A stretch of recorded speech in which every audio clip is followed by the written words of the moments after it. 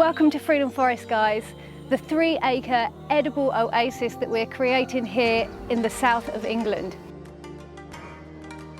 where we like to try lots of new things and push the boundaries with what we can grow using permaculture and no-dig methods.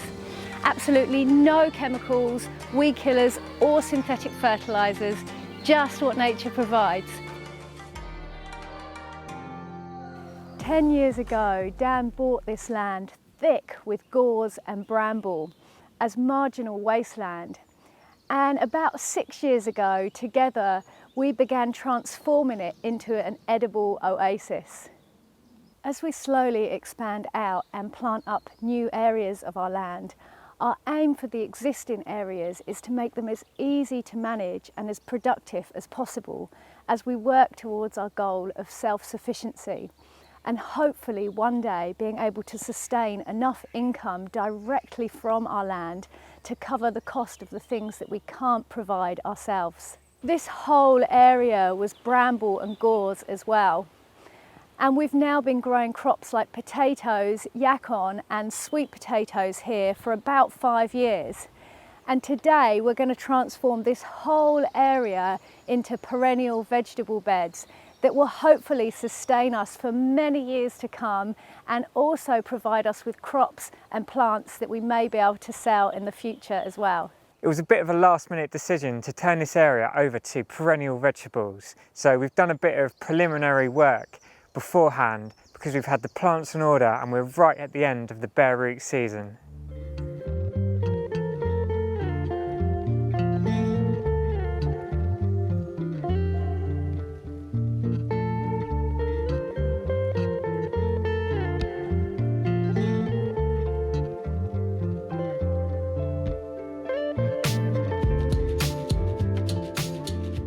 So this whole background of the bed along here is going to be different varieties of asparagus, and I've begun the area by putting in these hardwood posts which were reclaimed. These should last a lot longer than the standard pressure treated softwood, which I find here, like these ones, are already nearly all broken and they're only about 4 to 5 years old. They may look like they've been treated with something like creosote, but that's the natural colour, and I've just treated them with tung oil, which is a natural oil pressed from the nuts of the tung tree. And these are going to create the support for the asparagus as they grow up. I've already prepared most of the holes here. We've got a 3 or 4 inch layer of compost from our no-dig beds. Underneath that is a solid hard pan of clay. So I've broken that up a little bit to initially allow the roots to get down.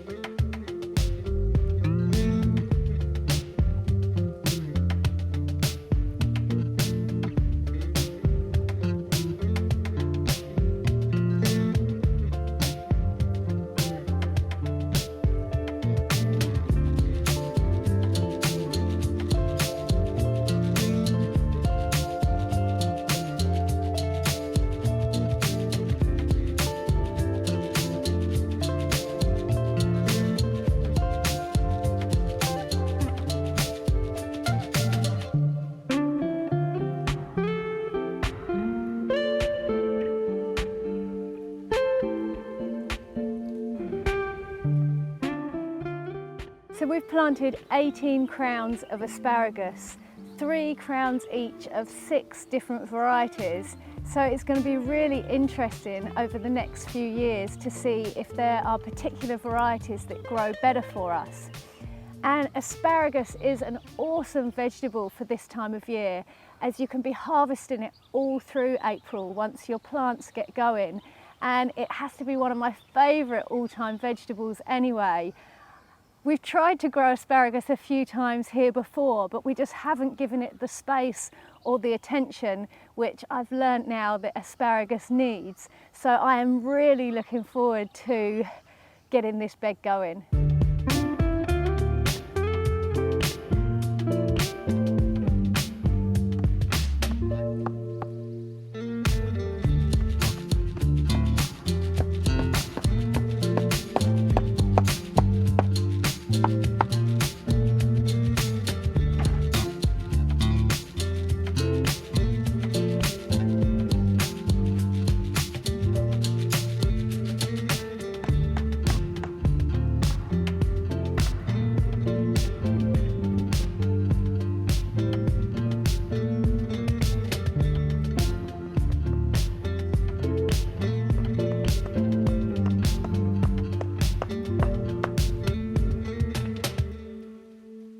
We've planted the asparagus in staggered rows, approximately 2 foot or 60 centimetres apart.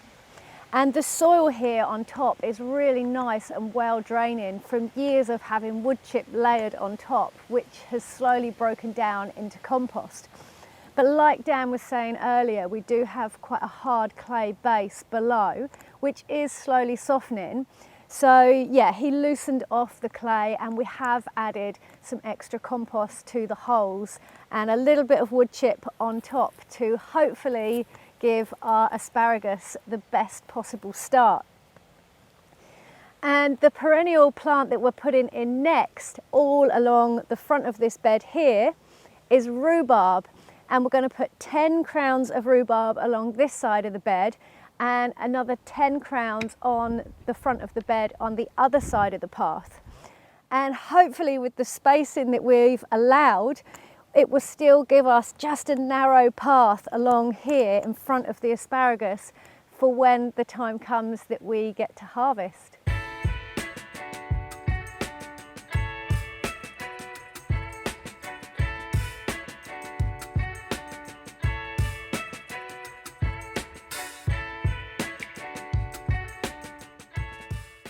We're planting 4 different varieties of rhubarb today, which should give us a potential harvest from February right through June. And the nice thing about the 2 crops that we've planted in this bed today is that it should give us a good harvest through the leanest time of the year.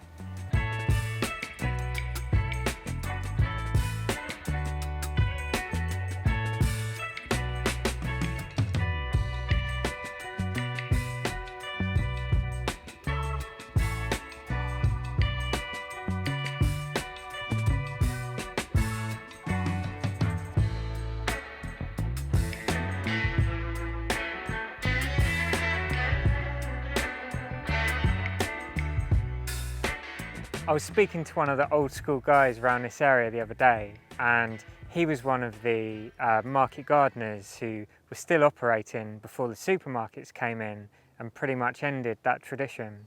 And this whole valley along here we're in was all market gardens, and he said one of the big crops that they used to grow here was rhubarb. So it's really nice that decades on from that now that we can be re-establishing some of that in the local area, and strawberries as well, he said, were a big crop round here. So yeah, we love our strawberries and we're growing tons of those as well. So we've planted 2 early varieties of rhubarb, which is red raspberry and Timperley early, and we've chosen to plant the early varieties on the bed this side because we're actually on a north facing slope here. So because of this bank we've got, this bed will actually get the sun earlier in the day and earlier than in the year a little bit. So hopefully it will get our early crop of rhubarb going sooner. Over this side we've got Victoria and Sutton seedless, which are mid-season varieties, and so hopefully by the time they're getting going the sun is going to be higher in the sky already later in the year. Now our next job today is to divide down all of our yacon plants, and we're actually going to extend this yacon bed out a little bit more. And the plan for our yacon bed, as well as giving us an amazing winter harvest, is that hopefully we are going to be able to sell the growing tips of the yacon going forward, and that's one of the things that we would really like to focus on in time.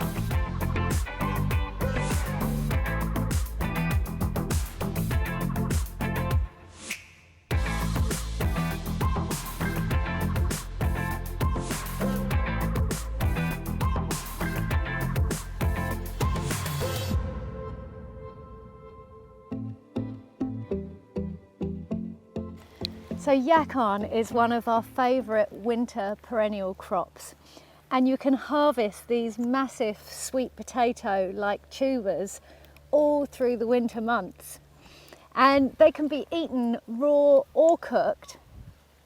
And in the winter they give you a really nice fresh crunch that we're often missing when we haven't got things like cucumber on offer when you're eating seasonally. And one of the amazing things about this plant is that it doesn't regrow from the tubers. So you can take 100% of your harvest.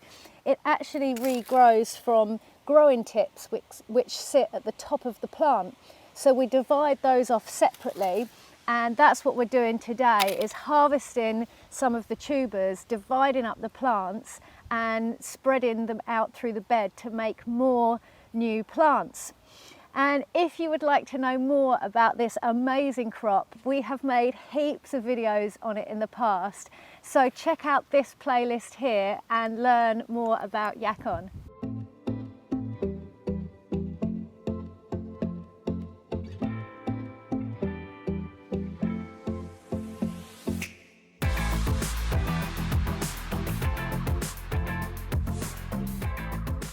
Okay, so that is some of our beautiful yacon plants divided down to create new plants for us.